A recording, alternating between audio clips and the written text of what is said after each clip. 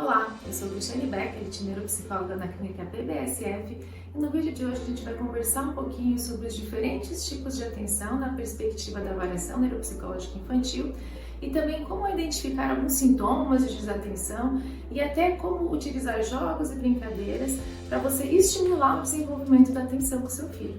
Se você gosta desse tema, do desenvolvimento da atenção, ou tem algum familiar com TDAH na família, você já deve ter se deparado com alguns artigos em sites ou em revistas que falam sobre os inúmeros tipos de atenção. Tem artigos que falam em 3 tipos, tem outros que chegam a falar em 15 tipos. Isso vai variar realmente de acordo com a perspectiva que você tem sobre esse tema. Na avaliação neuropsicológica, nós nos baseamos em construtos ou testes que foram validados cientificamente. Então, no caso da atenção, nós temos a atenção concentrada, a atenção dividida, a atenção alternada e a atenção sustentada. Além disso, a forma como a gente avalia o paciente vai mudar de acordo com o teste. Então, há testes que são visuais, há testes que são audioverbais, grafomotores, visomotores.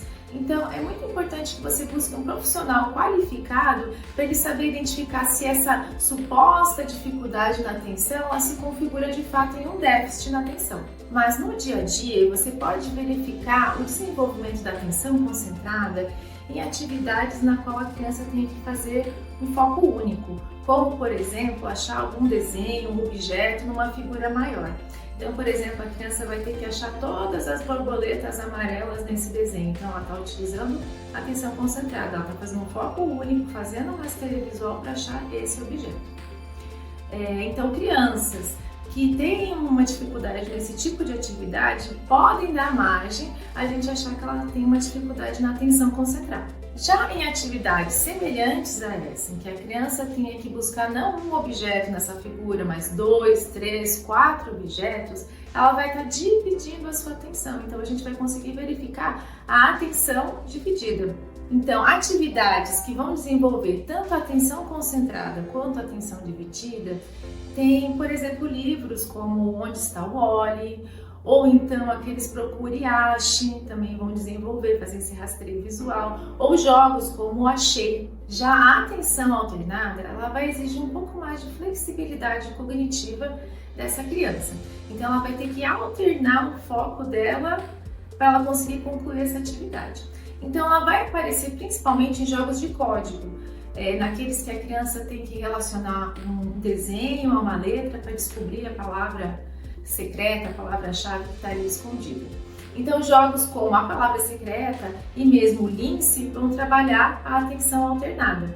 Já a atenção sustentada, ela vai exigir que a criança mantenha o foco atencional dela por um período maior. E aqui vai variar muito a idade com o tempo esperado. Mas, por exemplo, crianças de 1 ano de idade, eu já vou esperar que, por exemplo, ela fique pelo menos 15 minutos numa atividade. Então, ali a mamãe vai estar lendo um livro para ela e você vê que a criança está interessada, que ela está atenta nessa atividade. Já crianças com 2 anos de idade, eu já vou esperar que ela fique pelo menos meia hora numa mesma atividade. E que após, no término dessa atividade, ela consiga demonstrar o que ela compreendeu dessa atividade. Claro, de acordo com o nível de linguagem que ela tem. Então, por exemplo, se a mãe leu para ela uma história, por exemplo, da Chapeuzinho Vermelho, no final dessa leitura, você vai perguntar para a criança o que a mamãe leu para você, o que você aprendeu na história.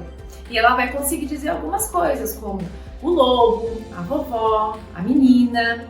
Agora, crianças com 3 anos ou mais, eu já vou esperar que elas fiquem pelo menos 1 hora durante essa atividade e que também consigam demonstrar a compreensão do que foi feito nessa atividade ou nessa tarefa.